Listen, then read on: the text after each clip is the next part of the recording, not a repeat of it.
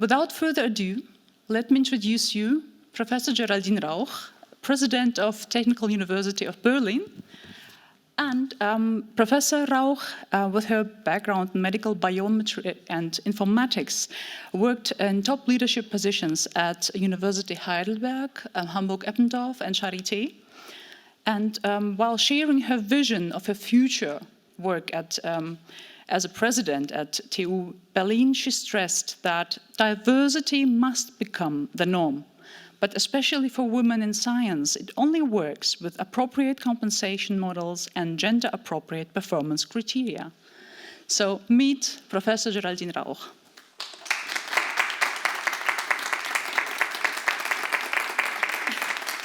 Hello, it's a real pleasure for me to be here at this event because I really feel that this is some of my most favorite topics, and it's really nice to meet you all and to see you and maybe to discuss with you later what the perspective could be. I mean, this is such a broad field, so you can say so many things on it, and as we discussed before, it's a field of research where you can say much more empirical things than I could do. So my role today would probably just give you some impressions of my life, of my experiences, and maybe posing some questions which we could all use to develop new ideas or to discuss some new things. So, as I was introduced, I'm currently the president of the Technische Universität Berlin. And I used to be the president for roughly 1 year now. When I became the president, it was a little scandal because I applied from outside. I applied without knowing the Technische Universität before. And I also succeeded with the help of the students. So it was a little unusual. And when I was elected, many people asked me, also the media asked me, how do you feel as a young woman being a president? And this is some question which I want to use to introduce my talk, because on the one way, I feel that the media loved it that a woman, and in this case it was me, but generally just as a woman comes to a leadership, especially in a young age, and this was in the media. And of course, in a way, I feel it's nice that we do need some role models. It's nice, and which we should put the focus on women that succeed or that have an impact. On the other hand, I also doubt about this because, well, I have been a female person before, and I had my EDs before, and nobody was looking at it before. So basically, nothing changed but the election, and this is always a process where you can win or lose. And no doubt that in one situation you win, in one situation you lose. And also I feel that me as a person, I don't know if I'm especially different because I'm a woman. I would rather feel that we also should look at people like on their impact as they behave, and not so much putting people directly from the beginning in categories. So this makes me also a little bit skeptical about this question. And this is also my experience I made during the year, because it's definitely true that I learned a lot, and for many things were new for me. But I also had the impression that many people were looking at me like, will she succeed or will she fail? So, and well, you have the feeling, there is not this one way of succeeding and this one way of failing. I really think, and this is something very important for me, like it's not a weakness to fail sometimes, and it's not a weakness to make faults.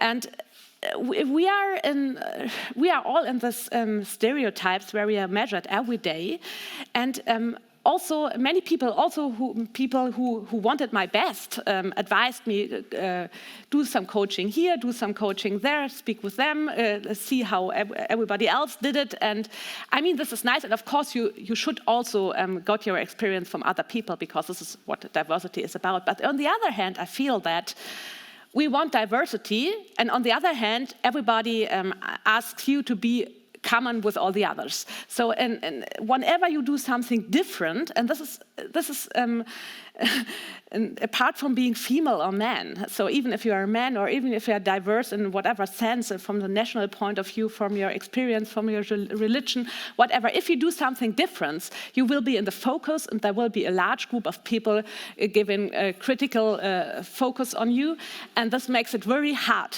So for me, it's like female leadership. It's also a topic of having the courage to be different and not to think so much of, am I, especially in the same categories, as good as the previous president or as a previous leader, or do I do the same things?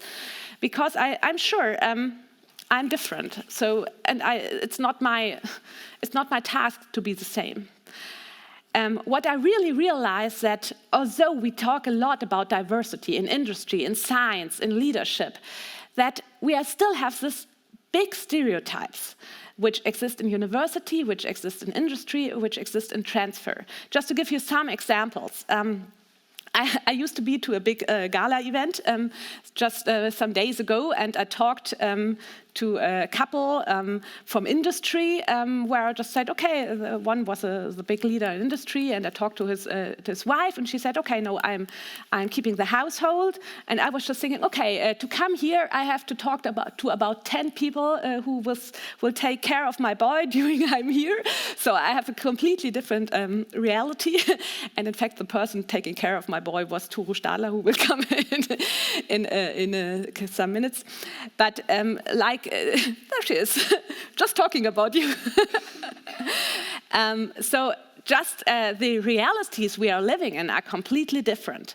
Or another question I was asked also from an industry partner, what the biggest challenges for students are and what we are doing against losing students in university. And I said, in Berlin, one big problem is that students cannot afford apartments anymore. And he said, this is really true? So, and I couldn't believe that he don't believe me, because I think this is so obvious that well, what can we do? So these simple examples does not have something to do with female leadership, but I think they have something to do with the fact that our society is very diverse, and we have our own bubbles, like in university and industry. And I think our task of all of us, not being male or female or whatever coming from, is also to build bridges. Because I feel that, and you can observe this already in the political field, that we're feeling nice if we can say, okay, I belong to this group and I can attack another group. So this is my, this makes us feel human, and this makes us feel like, okay, we belong to somewhere, and this makes us strong. But in fact, in this round, where we talk about transfer, where we talk about society, industry, and science, we should not be against each other. I think it's very important that we really see industry and science belongs together. We are not industry partners or university partners. We do not have free science or industry-guided science. We do not have a science against climate change, or science for someone who ignores the climate change. It's like we are all in the same boat. And of course, you can have different ideas about the things, and it's important that we discuss it, and also that we have different perspectives. And also you can be in different political parties, or you can have other diversity criteria. But I think it's most important that, first of all, we say it's okay that we are different, and we do not have to agree on everything. But it's very important that we as scientists, or as upcoming leaders, say, okay, I do not define myself by attacking others, or by saying I belong to this group.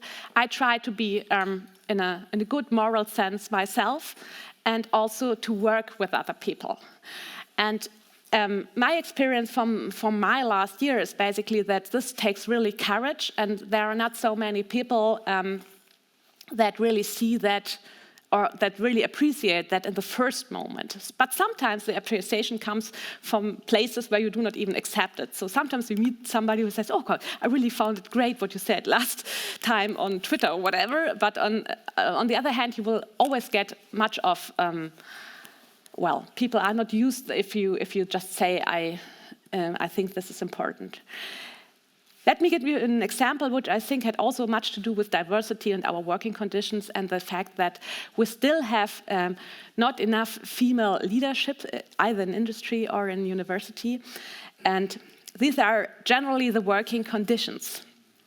We have currently a big discussion which belongs more to academia, like WIS-Zeit-VG, Wissenschaftliche Zeitvertraggesetz, which basically is moderating how many limited contracts you can have during your academic year. But of course, it also goes to industry because we have the academic partner like Fraunhofer or Max Planck or Helmholtz, where we also have this contracts, and we also have this, the idea: can I have good working conditions, and am I settled, and can I do I trust myself to make a career in whatever sense, in academia, or to start to do a PhD and then to go to industry, or to do a startup? And I think, and I do not think only, I think there we have also empirical data that especially people who wants to have a family, who have care opportunities, still struggle with having uncertain working conditions. And of course, this also affects women. It naturally affects women a little bit more than men, because men have more time to build a family than women have. And we're still in a society where women take more care work than men, but generally it applies to both of them. And so the conditions are not the same. And this, I'm sure this hinders many young people to say, okay, I have the courage to build a startup. I have the courage to go in an academic career. Still, I'm not sure if I will become a professor. Even like doing a PhD and then going in some industry, maybe. Of course, if you are in a large company, that might be a sure job. But of course, there are also smaller companies where this might not be so sure. So the working conditions are very important. But the working conditions, what my experience is, the working conditions are very, I don't want to say male-dominated, but they are still dominated from a society vision which is very old, and it's very difficult to overcome them. So it's taken for granted that we all have to be flexible, that we all want to work on contracts which are short, that we made, it's taken for granted that we take an unpaid over hours. And if you say this is not normal or this is not legal, then you're not the one who's saying the right thing, but you're the one who's getting attacked. So, but these visions about a social environment for people, I think this is important not only for diversity or for academic, or because we have a moral vision, which we hopefully have. I also think that it is very important for our whole society and also for industry, because we are living in this demographic change. So we already know that we have that our student numbers are decreasing, that less babies are born. And we already experience, especially in the medical field, that the staff is lacking. So we have no staff for care, we have no staff for doctors, and for many other people, like teachers, we are lacking teachers. And this will become worse, but it's already a reality.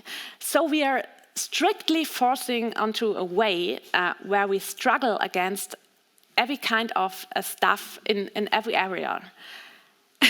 And on this way, we are discussing working conditions in a way where we say, okay, if you want to have good working conditions, this is, I don't know, go to the Gewerkschaft, but never talk to an industry boss. So this is really strange, because I think it should be our interest for all of us to make the conditions in a way that we can keep people, that we can inspire people, and that we need them. And well, these are many topics coming together, but it shows me, although in Germany, of course, we are we have female leaders, we have universities with many female students, we have also industry female leaders. It shows me that we are still in our world vision, we are still behind. And it might be normal to be diverse or equal in our daily life with our friends, but it's not normal in the whole society with industry transfer and academics. And I really think that from a moral, but already also from an industry perspective, from an economic perspective, it's a mandatory need that we open up and that we are more social. And what I also feel, it might sound a little activistic, but I also feel that it will not come by just talking about it. We have to be a little active about it. We have to fight a little bit for it. Because we see how it works, and you can say that sometimes my belief in the world or the people is better than what I experience from my talks with diverse leaders. So we cannot accept it. We must do something, and we must stand up if we observe it in our field that something is going wrong. And I think we should also have the courage to do it without the fear to fail or to be blamed or to say, okay, maybe I lose my position, because in a way we are doing it. Why are we in research, or why are we in industry or in transfer? Because we believe in something. We have an intrinsic goal, and we believe in a better world, I say, in a better together and a better human. And this should be our leading thought, and not having fear about consequences. So this would be my basic message for all of you. Sometimes for me, I feel, okay, did I do it the right way? Did I fail? Should I do it differently? And for sure, I'm not doing everything right. But I'm convinced that we need more courage. And I also see that we have many people that do not dare to have the courage because they are suppressed still in their systems. This exists. So I can simply beg you that you all in your fields where you see that things are not social, things are not equal, or people are suppressed in either way, if it's female or male or diversity issues, then that you stand up and say, no, this is not normal, and we can change it. And I think this will be the future. Thank you.